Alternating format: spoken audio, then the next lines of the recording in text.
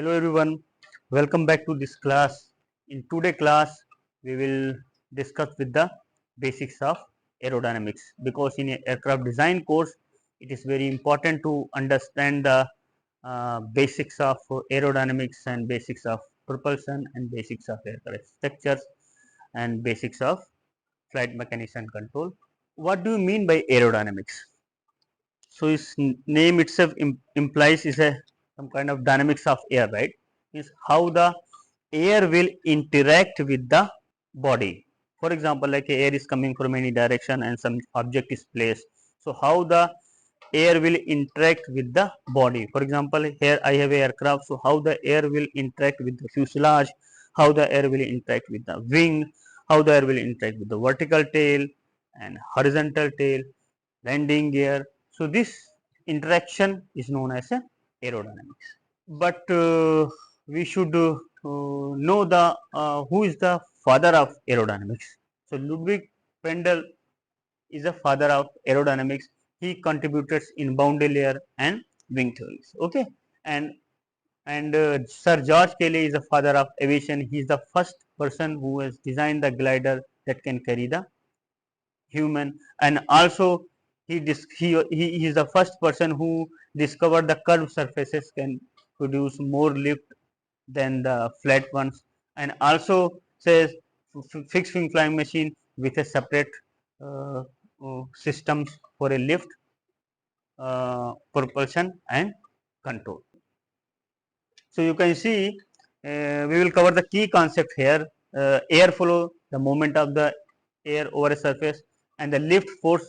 Lift force will is defined as a force acting perpendicular to the relative airspeed, and drag force acting opposite to the relative air. That means drag will always oppose the motion. Okay, at perpendicular to drag, you can say there will be lift, or perpendicular to the relative airspeed.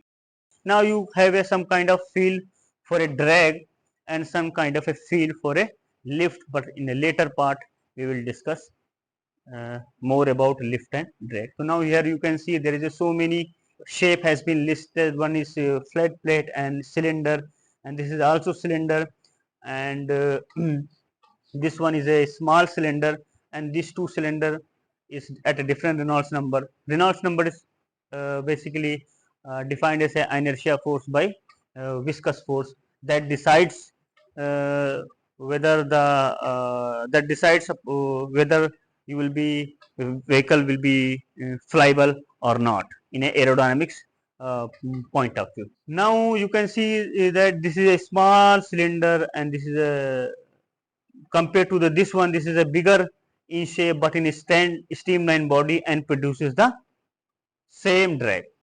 So that is how we use the streamlined body instead of a bluff body. Okay, because streamlined body produces less drag, more lift, and whereas the bluff body will produce more drag. And you can have a feel for lift also, if with the common sense.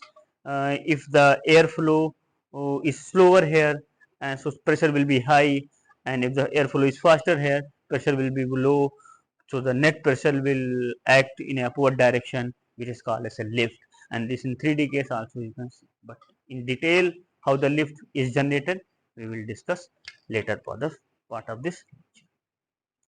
So you can see that even the air will flow over a body, you will have a shear stresses and pressure stresses. This combined, if you integrate, you will get one component lift and another component drag. So now you can explain the lift generation. So lift generation can be explained by Bernoulli's principle. You have seen in the first slide, right, how the lift is generated, and the Newton's third law and circulation also. These methods has some limitation. Now in Newton's third law also, you can comment on the lift. The wings downward push result in equal and opposite push back upward. For example, like due to shape of this airfoil, you are pushing the air downward, so you will have a reaction. That reaction will be the upward, that is known as a lift. Okay, and in this case also, in circulation case, let's say you have assume the Bernoulli lift is generating through Bernoulli principle. Now you can see the flow with circulation will be look like this, and flow without circulation will be physically impossible. It will look like this. So that means there is some kind of circulation is involved in order to make the flow like this. Have you remember this Kutta condition? Okay. So that means some kind of circulation is going on. Then flow get delayed at the bottom surfaces, and flow will accelerate at the top surfaces. From this you will get the lift. So the first layer of fluid will interact with the body, and body will try to slow down the air. Okay, and above that layer will be slowed down by the bottom layer.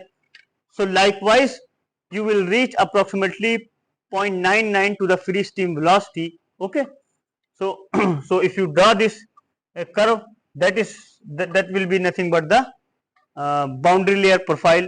So thin layer form at the surface of the object will be called as a boundary layer. That can be the laminar also, and that can be the turbulent also. In between there will be the transition. Okay, so the question is, can the lift be generated without boundary layer, and can you need a boundary layer to explain the drag? If the boundary layer gets separated, that is how you will lose the lift, right? If there is no boundary layer, then talking about the lift is will not make sense, and talking of drag also will not make any sense. You have to understand the different kind of flow regime also, in which flow regime you are flying. The Mach number is the ratio of object speed and speed of a sound. So what is the speed of a sound? You may write a equal to, you can write a equal to under root gamma RT. Okay, and at a sea level you will have approximately 360 meter per second. So based on the Mach number value, you can say my flow the flow is incompressible, subsonic flow, transonic flow, supersonic flow, hypersonic flow, and hypervelocity flow. Okay, if the Mach number is less than 0.3, it is incompressible flow, and from 0.3 to 0.9 there will be subsonic flow and transonic flow, and beyond that one you will have a supersonic flow, and when you cross 5 you will have a hypersonic, and when you cross 10 you will call hypervelocity flow. Okay, you can see that our commercial aircraft generally flies as a Mach number 0.8, 0.7. Okay, and general aviation aircraft is a fly in a very incompressible region. For example, like a Cessna 172, the Mach number is less than 0.3 only, right? And you can see supersonic aircraft, fighter aircraft, F-18, etc. And this is a hypersonic flow space shuttle, re-entering of the space shuttle. Okay, so we will discuss about the lift and drag in detail. So we have seen that there is a pressure difference, you will get the drag, right? And angle of attack is responsible for a drag. Airfoil shape is also responsible for drag. Okay, what speed you are flying, okay, that is also responsible in a drag, and both lift and drag. Okay. And lift coefficient, drag coefficient is important, and pressure integration. Okay, how you are integrating the total pressure over a surface. Okay, so the types of drags can be form drag, skin friction drag, interference drag, lift induced drag, wave drag. So there is a many kind of drag is also there. So skin friction is drag, but drag is nothing but the what I said, that is shear stress is acting over a body, right? If you integrate those, shear stress is nothing but the responsible for a skin friction drag, because shear stress will provide the friction, right? And form drag is nothing but the shape of the body. Okay, interference, then when you join from one component to the another component, there will be interference. And lift induced drag, there will be lift. Okay, so you have a one component lift, another component drag. In detail part in upcoming lectures we will I will tell you that one component will be lift and another component will be drag. When you increase the lift, drag will also increase. So if you increase the lift, drag will also increase. Okay, that is known as the induced drag. And there is a wave drag, because when you fly at a low flight regime, for example, incompressible flow or compressible, and even go for the compressible flow, you will not see any kind of wave drag. But when you cross Mach number 1, there will be shock wave and all, right? So that will produce the wave drag. Okay. So we'll discuss about the, since we are talking about basics of aerodynamics, and this knowledge we will use in aircraft design course. So it is very important to understand the what kind of airfoil you are using, because ultimately airfoil, wing is made of airfoil. Okay, how you define the airfoil? It is a cross section of the wing only, right? So wing is made of the different airfoil starting from roof to tip. Okay, so it is very important at the beginning you should understand the complete airfoil. Okay, and its selection. Okay, so you will see that when you see the select the airfoil, you will see the CD shape and behavior of the drag bucket. You will check the stall also, you will check the pitching moment characteristics also, and you will see whether my airfoil is compatible with flaps and all, because as a secondary surface you will be having flap also. So it's showing compatibility or not. And thickness to chord ratio also you will see. If you have a very high thickness to chord ratio, okay, your form drag will increase. Okay, but sometimes high T by C is required because you have to place the fuel inside the wing, and you have to think about the manufacturing perspective also, whether the manufacturing is possible for that, for the selected airfoil or not. So let's say I have given you the shape, lift coefficient and angle of attack. You can see as angle of attack increases, your lift is increasing, but beyond a some point your lift start decreasing. See, if you don't have a boundary layer, you will not get this kind of curve, because here flow will separated, boundary layer got separated, and that is how you are losing the lift, and it is the lift coefficient is going down. Okay, so here you can see, and the maximum CL, at maximum CL whatever the angle of attack is you are having is a stall angle. Okay, so now you can see how your airfoil is behaving. Okay, different airfoil I have selected, high lift airfoil, low lift airfoil, and I have plotted the same. So depending upon the requirement you pick the right one. Okay,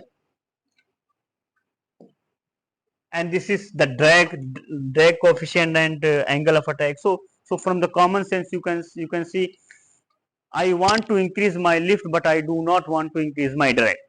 Okay, so you can select the airfoil which has a more flat area, and range is more, where you can change the angle of attack but your CD is not changing. Okay, okay, so it is important to select that kind of airfoil. Okay, so drag part is very important, because when the opposing motion is more, you will require more power from the engine.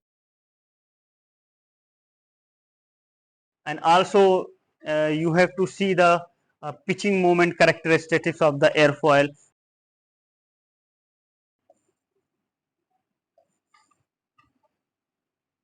If it is highly, let's say this one is a low camber airfoil, for example, this one is a high camber airfoil.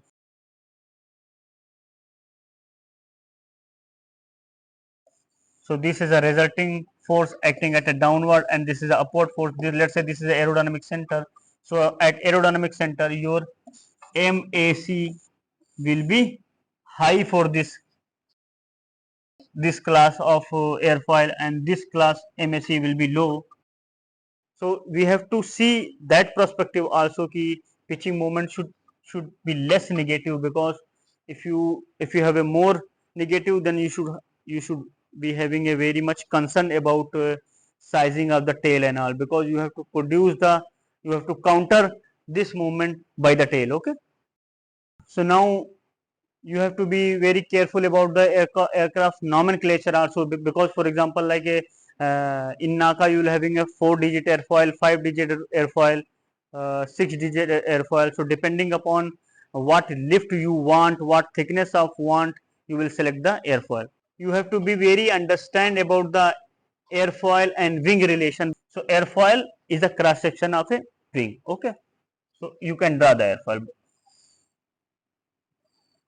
Let's say you have drawn the airfoil, but the airfoil can be this shape also.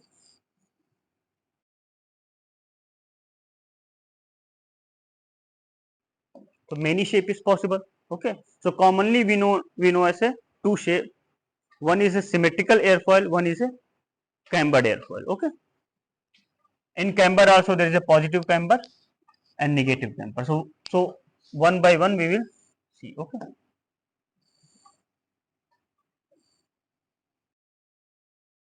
So how you will say this is a symmetrical airfoil?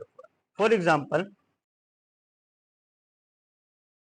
in this curvature where you have a minimum radius of curvature, this will be called a leading edge and this is trailing edge, and if you join this 2 point, it is a chord. If you join leading edge and trailing edge, it is chord, and if you draw the circle touching to this, each circle should touch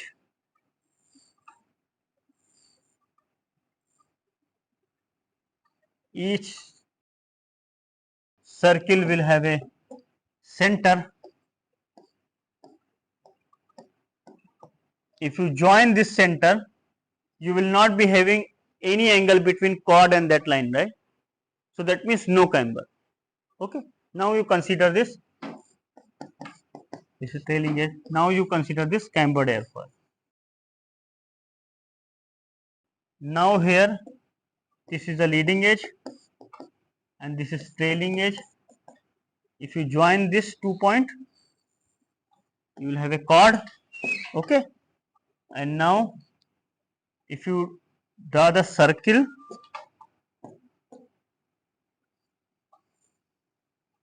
touching each other,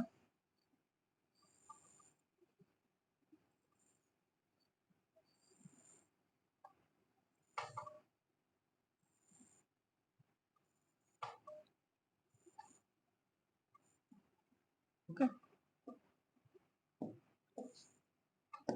so this is the center. If you join all the center, so this is a mean camber line, and now you have some distance here, right? This distance you are having, right? That is known as a camber. Okay. So here you have a no camber, here you have a camber. So that is why it's called symmetrical airfoil. This is an unsymmetrical. And when you have some kind of flow, so angle between this chord and free stream velocity is angle of attack. Similarly, in this case, this is the angle of attack. So what is the relation between airfoil and wing? That we will study now. So relation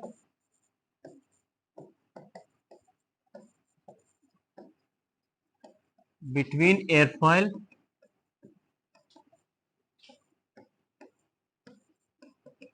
and wing. So now from thin airfoil theory, you know dou CL by dou alpha equal to 2 pi. Okay.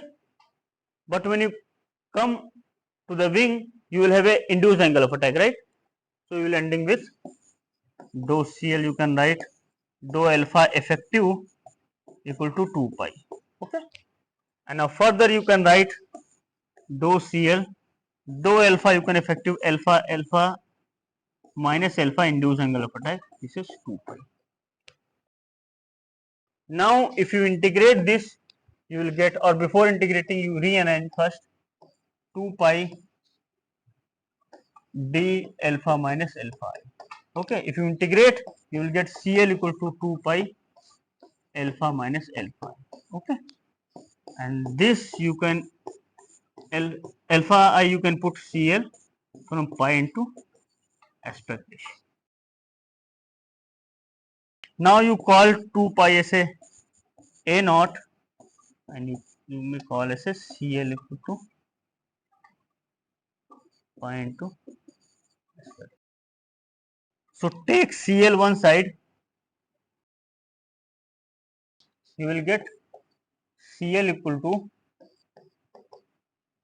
CL into 1 plus A naught pi into aspect ratio, and here you have 2 pi alpha. So now CL you may write 2 pi alpha 1 plus A naught pi into aspect ratio. Now if you differentiate with respect to the CL alpha, differentiate this CL with respect to the alpha, you will have a CL alpha equal to 2 pi. This 2 pi you have denoted as A naught, right? A naught divided by 1 plus A naught pi into aspect ratio.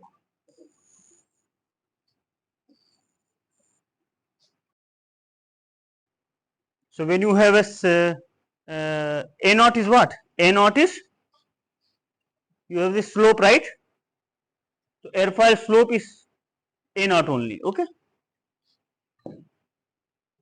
So when you have A naught, you can convert from airfoil to wing using this relation, and AR is aspect ratio and E is a Oswald efficiency factor. Aspect ratio is a ratio of two sides. Here we are considering one is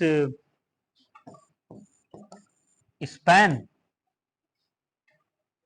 and another is a mean chord. So if you multiply by b square, and you will call as a b square, b into c you call as a area. So b square by s is a aspect ratio. E is a Oswald efficiency factor. We'll discuss later in this course. And if it is close to 1, that means we have a very good lift distribution. Okay. Now,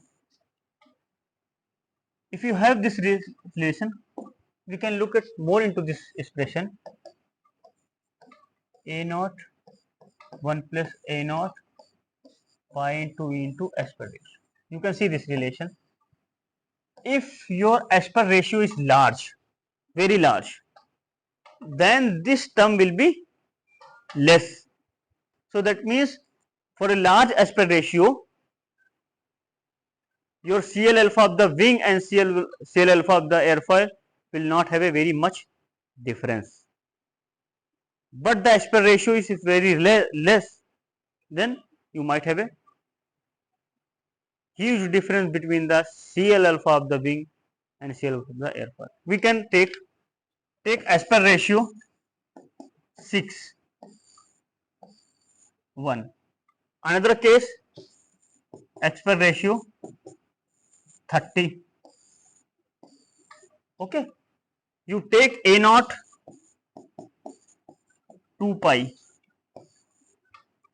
and you take E 1. You take this as a case 1, this one is a case 1, and this is a case 2.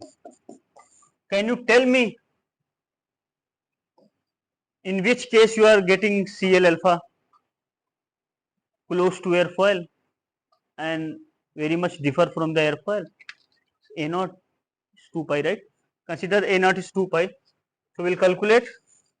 So CL alpha, first case, this is 2 pi and this is 1 plus 2 pi into 1 into 6.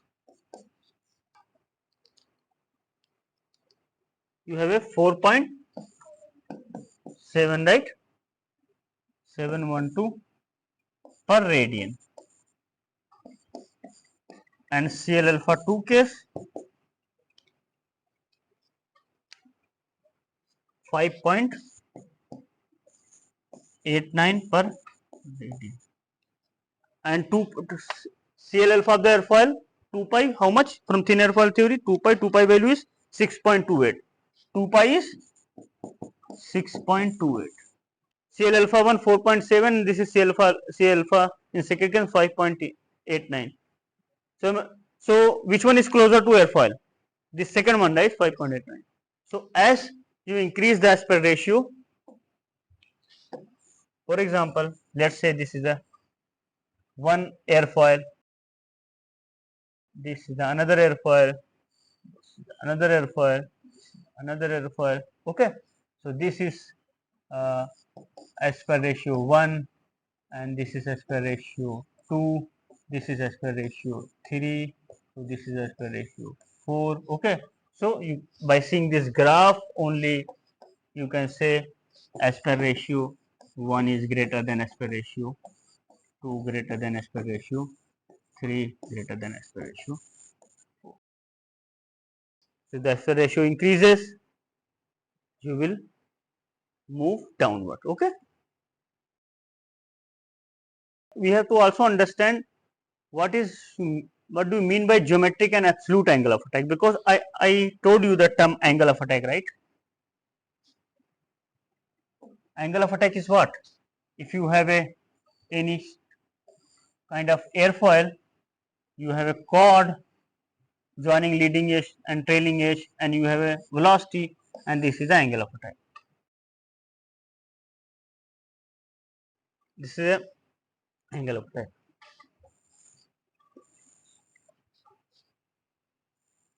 This is a symmetrical case and this is an unsymmetrical case, but a cambered case. Okay, this is the angle of attack and this is the lift coefficient. So first case is symmetrical and this is a unsymmetrical.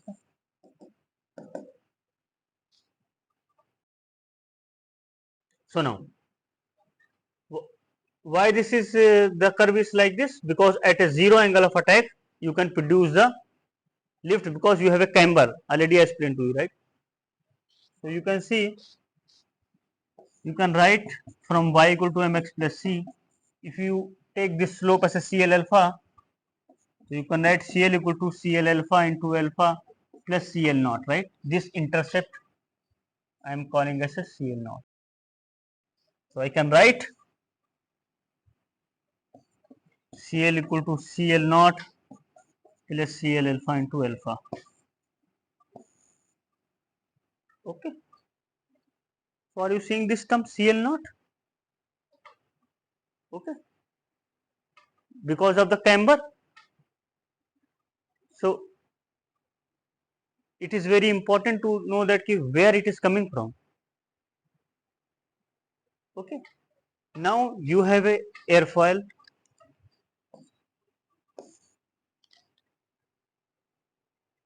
and having velocity making angle of attack alpha with the chord.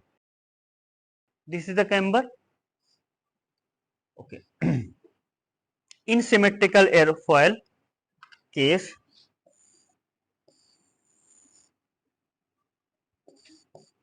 if you draw the velocity along the chord, you will not having any angle of attack, right? So somewhere here also some line will be there. If you allow the flow to flow over that line, you will not be having any lift, right? So that line is known as a, let's say I am drawing somewhere here. So that line is known as a zero lift line. So if you draw the flow from this direction, you will not having any lift like in a symmetrical case. Okay. So the angle between this zero lift line, the angle between this zero lift line and velocity vector is known as a absolute angle of attack, alpha